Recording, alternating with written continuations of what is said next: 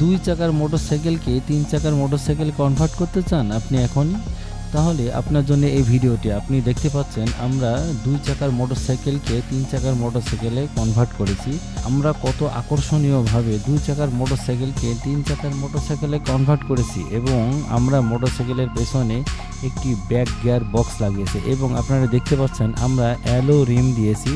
যে রিমটি আমরা ব্যবহার করেছি এটা ছোট মিনি প্রাইভেট কারের রিম এবং এই গাড়িটি নতুন মূল্য হলো 2,20,000 টাকা।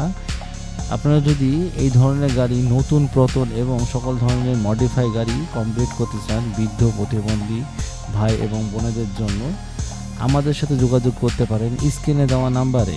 ধন্যবাদ, ভালো থাকবেন।